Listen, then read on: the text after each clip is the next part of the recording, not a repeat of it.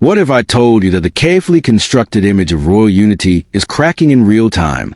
That Prince William has just made a move so decisive, so unexpected, that the entire Windsor machine is scrambling? And that the most telling detail isn't the official statement. It's who was seen slipping into a private side entrance at Windsor Castle hours before the announcement dropped. Welcome back. If you're new here, hit that subscribe button and ring the bell, because the next few minutes are going to change how you see the current state of the monarchy. Today we're breaking down the sudden cancellation of the highly anticipated Windsor Summit, the quiet appearance of Camilla's private lawyer, and what both moves signal about the power struggle currently unfolding behind palace walls. Let's get straight into it. Late last week, sources close to the household confirmed that Prince William formally cancelled the Windsor Summit. This was not a polite postponement. This was a hard stop.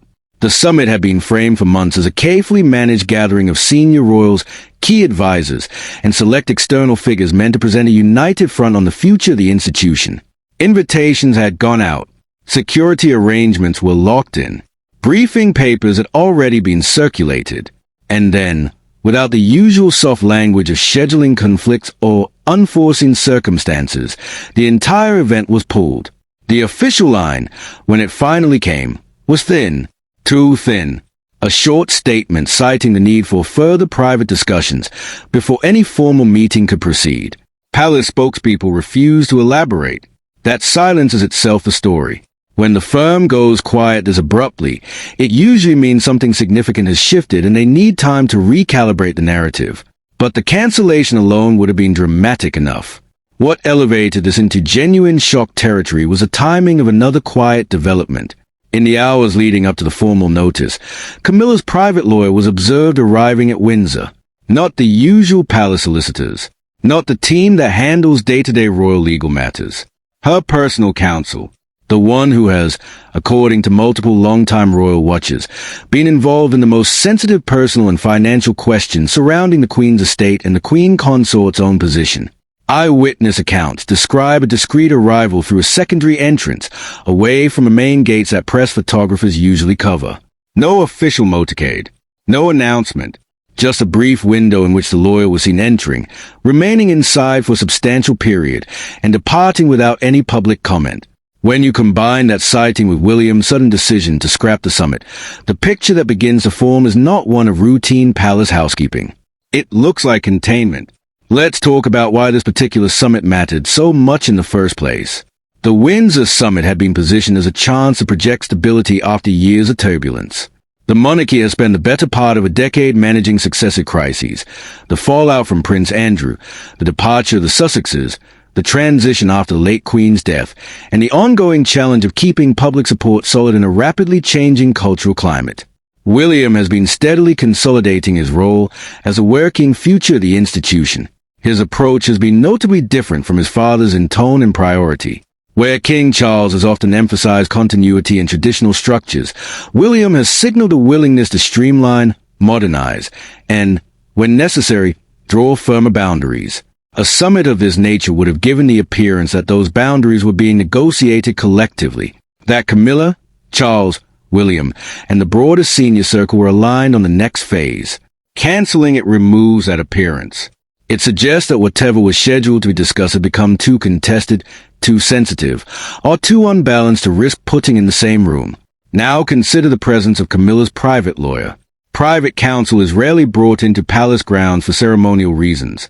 These are the people you call when the conversation has moved beyond optics and into concrete questions of rights, access, language and formal documents, or the protection of specific interests. The fact that this particular lawyer was on site in the critical window before the cancellation strongly implies that Camilla's side was preparing or responding to something that required legal clarity rather than simple royal protocol. Some will argue this is overreading a single sighting. Fair enough, but context matters. Over the past 18 months, there have been repeated low-level reports of friction around the exact shape of Camilla's public role going forward, the degree of influence she continues to hold within the household, and how the transition of authority to the next generation is being managed in practice rather than on paper. William has been careful never to criticize openly. His style is quieter and more structural. Canceling a high-profile internal gathering is one of the clearest structural signals available. There is also the matter of timing relative to other recent movements. Several senior aides who have been closely associated with the previous era have either stepped back or been reassigned in recent months. Briefings that once flowed freely have become more tightly controlled. William's own team has expanded its reach into areas that previously sat more comfortably under the King's office. None of this is publicly declared as a power shift. It simply happens, piece by piece, until the landscape looks different. The cancellation of the Windsor Summit fits that pattern. It prevents a formal setting in which unresolved tensions could surface in front of too many witnesses. It also buys time. Time for private conversations. Time for legal positions to be clarified. Time for the public narrative to be reshaped before the next unavoidable appearance of the senior royals together. What makes a lawyer's sighting particularly potent is the message it sends internally. When one principal brings private counsel into the castle at a moment of institutional stress, every other principal takes note. It raises the temperature. It signals that informal understandings may no longer be considered sufficient. And once that threshold is crossed, the usual soft diplomacy of the palace becomes harder to maintain. I want to be clear about what we do and do not know. We do not have the contents of any meeting that may have occurred. We do not have a precise list of agenda items that cause the summit to collapse. What we do have is a highly unusual combination, an abrupt cancellation of a carefully prepared internal gathering, paired with a discreet but confirmed presence of Camilla's personal lawyer on the premises in the decisive hour beforehand. In royal terms, that combination is loud. The public reaction so far has been a mixture of surprise and speculation, exactly as one would expect. Some see William asserting the authority of the future monarch. Others interpret the lawyer's appearance as evidence that Camilla is preparing to protect her position more formally than before. Both readings can be true at the same time. Institutions under pressure often produce simultaneous moves of assertion and defense. What happens next will be revealing. Watch for whether a rescheduled, smaller, or more tightly controlled version of the summit reappears. Watch for any shift in the language used by the palace about family discussions or private matters. And watch the choreography of the next major royal engagement that requires William, Charles, and Camilla to appear in the same frame. Those appearances are never accidental. The spacing, the order of arrival, the body language, the length of time spent together, all of it will be studied more carefully than usual in the wake of this cancellation. There is a larger question hanging over all of this. Can the current arrangement of roles and influence continue without more visible friction? The late Queen managed competing interests with extraordinary skill and decades of accumulated authority. The present generation is operating under different constraints and with less residual goodwill from parts of the public. William appears to be calculating that clarity now is preferable to prolonged ambiguity. Cancelling the summit is one expression of that calculation. Camilla's decision, or her team's decision, to have private counsel present suggests that clarity is also being sought from the other side of the equation, only through a different channel. Legal presence is rarely about warmth. It is about precision and protection. The two moves together create a portrait of an institution that is no longer content to paper over differences for the sake of a single meeting. That, more than any single headline, is what has shocked so many people who follow these dynamics closely. The monarchy has always preferred to resolve its internal tensions out of sight. When the resolution process itself becomes visible through cancellations and unexpected visitors, it tells you the tensions have reached a level that the usual methods can no longer fully contain. I'll leave you with this for now. The official statements will remain carefully worded and incomplete. The real information will continue to emerge through patterns. Who is invited, who is not, which advisors appear where, and how quickly the palace moves to close down further discussion. The cancellation of the Windsor Summit and the citing of Camilla's private lawyer are not the end of the story. They are the moment the story became impossible to ignore. Stay with me. In the next part, we go deeper into the specific pressures that made the summit radioactive, the recent history of quiet legal and advisor maneuvers around the Queen consort role, and what William's decision reveals about the kind of monarchy he intends to lead. The details get more precise, and the implications sharper. The pressures that made the Windsor Summit radioactive did not appear overnight.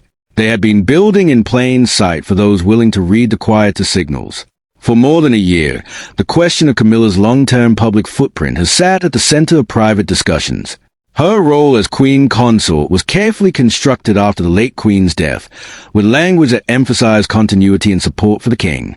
Yet as William's own portfolio has expanded, the practical boundaries of that role have become harder to keep vague. There have been repeated instances where planned joint appearances were adjusted at short notice, where speaking slots were reallocated, and where certain patronage decisions that once would have flowed through Camilla's office were redirected. None of these adjustments were announced as policy. They simply accumulated. Add to that the quieter legal and advisory activity. Over recent months, people familiar with the household have noted an uptick in the involvement of external counsel around matters connected to the Queen Consort position.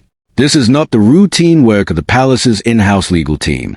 It is the more specialized advice that surfaces when questions arise about the interpretation of earlier agreements, the management of private interests, or the precise wording of future statements that could lock in expectations.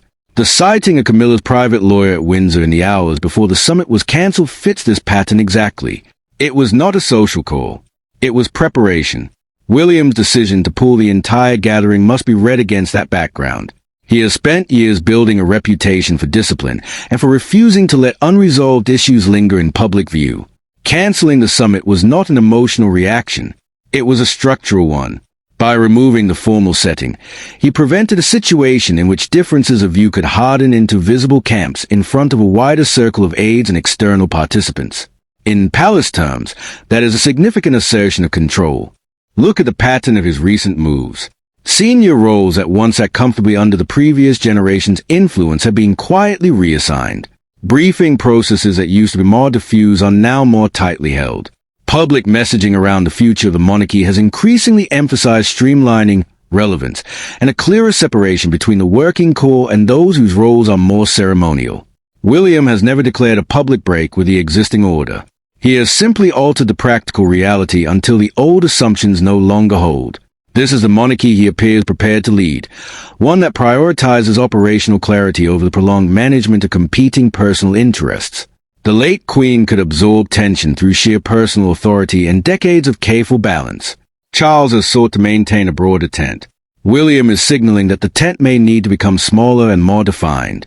Canceling a summit that risked exposing unresolved friction is consistent with that approach.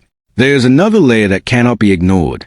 The presence of private legal counsel raises a possibility that the discussion had moved beyond matters of diary management or public optics into questions that require formal protection. Whether those questions concern residual influence, access to certain resources, the framing of future titles, or the handling of sensitive personal papers is not publicly confirmed. What is confirmed is a choice to involve counsel at that precise moment. In an institution that prefers soft power and informal understandings, the introduction of private lawyers changes the temperature. It tells every other party that informal understandings may no longer be treated as sufficient.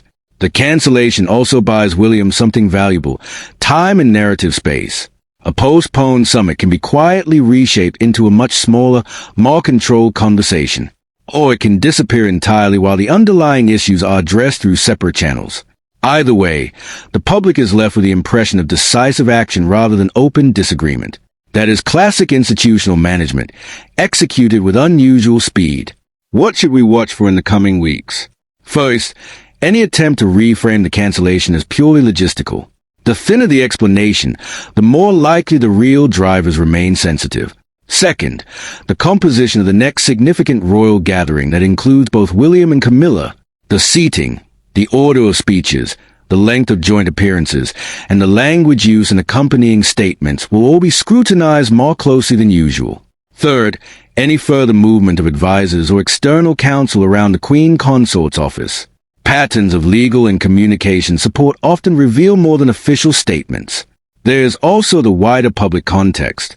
Support for the monarchy remains solid in many quarters, yet it is no longer automatic. Younger audiences in particular respond more to competence and clarity than to tradition alone. William appears acutely aware of that shift. Every visible decision that projects control and forward movement strengthens his position. Every visible sign of unresolved internal tension weakens it. From that perspective, scrapping the Windsor Summit was a risk calculation that favored short-term disruption over the greater risk of a messy public meeting. Camilla's side of the equation is equally revealing.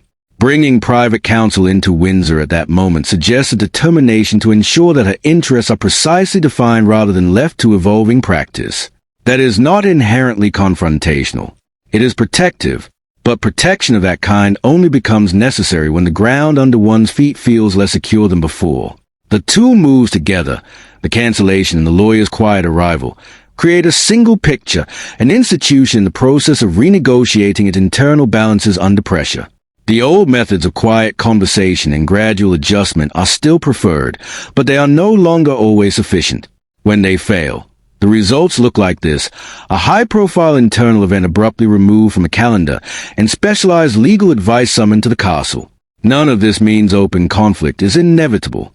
The royal family has repeatedly shown an ability to contain tension and present a unified surface. Yet the surface is thinner than it once was, and the mechanisms of containment are more visible. That visibility is itself a form of change. As this situation continues to develop, the most important discipline is to separate confirmed movement from speculation. We know the summit was cancelled. We know Camilla's private lawyer was present at Windsor in the critical window beforehand. We know William has been steadily consolidating operational authority. Everything beyond those points remains inference.